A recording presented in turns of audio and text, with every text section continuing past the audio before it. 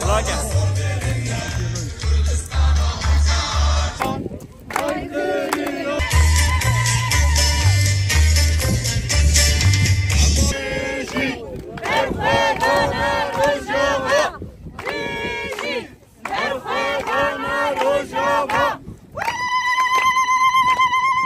Şanlı itibariyle yasak arası alındı. Yapmış şeyde olduğu değil emrahını sonlandırın. Etkinize son verin.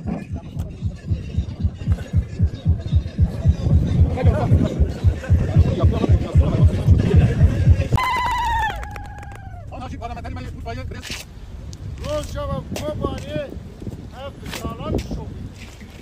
Kobani rehber şerre daişe kıza gelek bedel da.